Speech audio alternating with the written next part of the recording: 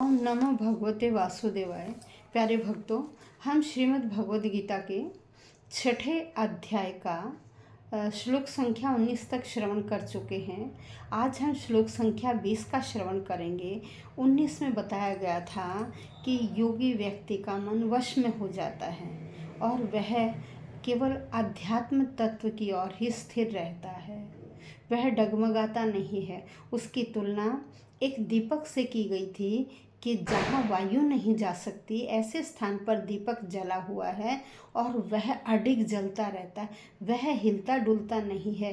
तो ऐसे ही योगी साधक भी जब अपने मन को अच्छी तरह से वश में कर लेता है तो उसके सामने कैसी भी स्थिति क्यों ना आ जाए, उसका मन डिगता नहीं है।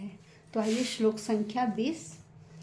यत्रोपरमते चित्तम निरुद्धं योग सेवया यत्र चैवात्मनात्मानं पश्यान्नात्मनि तुष्यति। शब्दशः अर्थ पर आइए।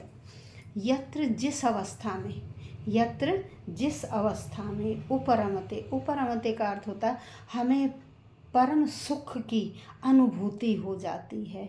दिव्य सुख के कारण हमारी आँखें बिल्कुल बंद हो जाती हैं, अर्थात उस परम सुख में ही लग जाती हैं, उसी परम सुख की हम अनुभूति करते हैं। चित्तम, चित्तम होता मानसिक गतिविधियाँ, जो मन की गतिविधियाँ उसे चित्तम। निरुद्धम क्या होता है, हमारी जो मन की गतिविधियाँ हैं वो बाहर के पदार्थों से हट जाती हैं, बाहर के पदार्थों से हट जाती हैं, पदार्थों से निवृत्त हो जाती हैं। और योग सेवया, केवल योग अभ्यास के द्वारा ही, योग अभ्यास के द्वारा ही हमारी चित्तवृत्तियाँ लगी रहती हैं, योग अभ्यास में ही लगी रहती हैं।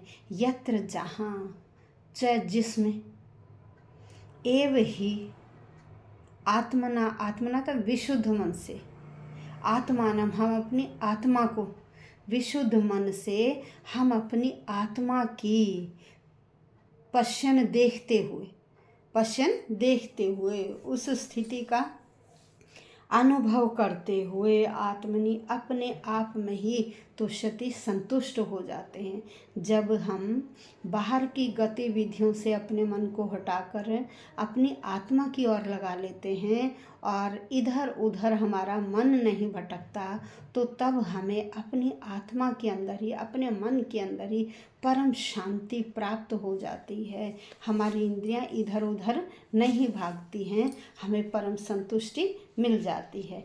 यहाँ श्री कृष्ण जी कहते हैं कि सिद्धि की अवस्था जिसे समाधि कहते हैं, उसमें मनुष्य का मन योगाभ्यास के द्वारा जो बाहर की भौतिक क्रियाएं हैं उनसे निवृत्त हो जाता है, उनसे हट जाता है और अपनी अंतरात्मा में ही लग जाता है। पूर्ण रूप से इंद्रियों को वह काबू में कर लेता है।